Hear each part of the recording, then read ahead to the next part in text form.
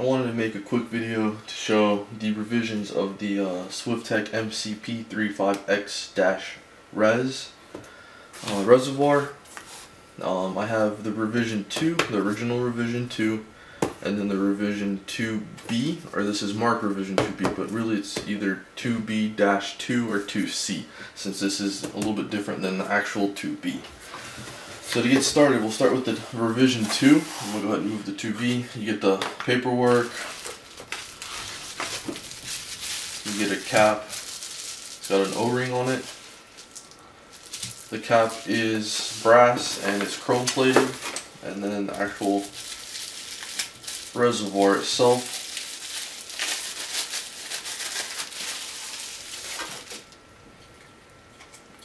inside you get an O-ring for the bottom and then a stopper pin to where you can set it on the 6 different positions, and then the O-ring that goes on the bottom for it to fit onto the pump and not leak.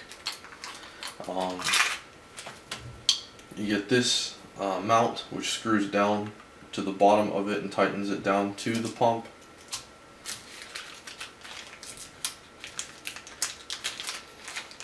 You receive a hose clamp,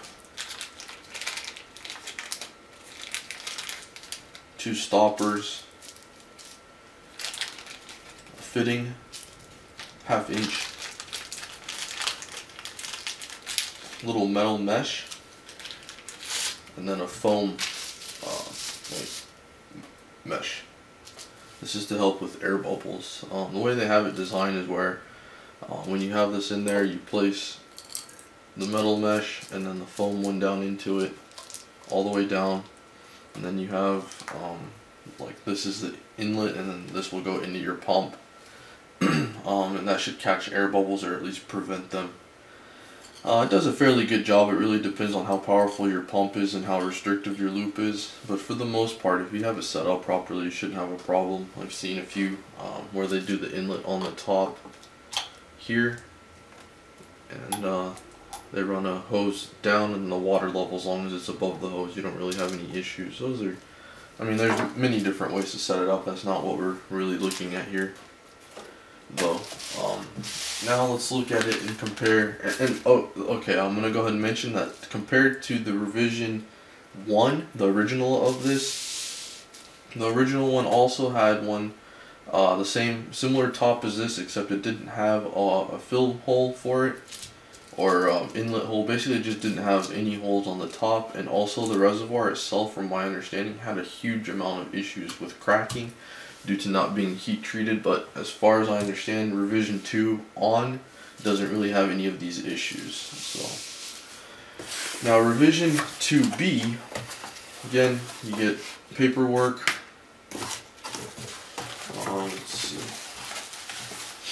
You get the top. This time revision 2, the B and this specific one, they come with an acetal or Delrin or palm, or however you want to call it, top, which is a lot lighter and it's black. To me, I don't really care as far as color is concerned, but it's nice that it's significantly lighter. It's going to help make it easier to mount the pump itself. Then you get, let's see if I can pull it out, the same O-ring that goes on the bottom with the stopper, so that you can position it however you want. All the same stuff as before, other than now it's black instead of chromed. The bottom mount piece, it's still chromed. It's not black, but everything else has remained the same. In terms of actual quantity of parts and so forth, it's the same as before. The thing to note is that's basically the change between revision 2 and 2B was the fact that they switched over from the brass top to the plastic top to make it lighter.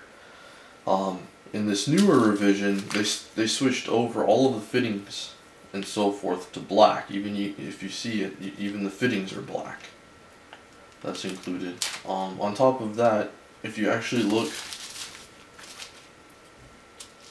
at them, you can see that there's a little bit of difference in terms of where the fittings go. This one recesses into the actual reservoir, so it's the thread's a little bit thinner, while this one actually protrudes out. So this is a thicker area. It's I guess glued on. I think they glued these together. So you can see if you look at it from the side, this one comes out versus this one goes in a little bit to make it flat so that your fittings fit flush with it and there are no leaks. Otherwise, I didn't really notice any differences. The tops, they're interchangeable. I think, yeah, I mean, I looked at them for a little bit. I really didn't notice anything. And they both work.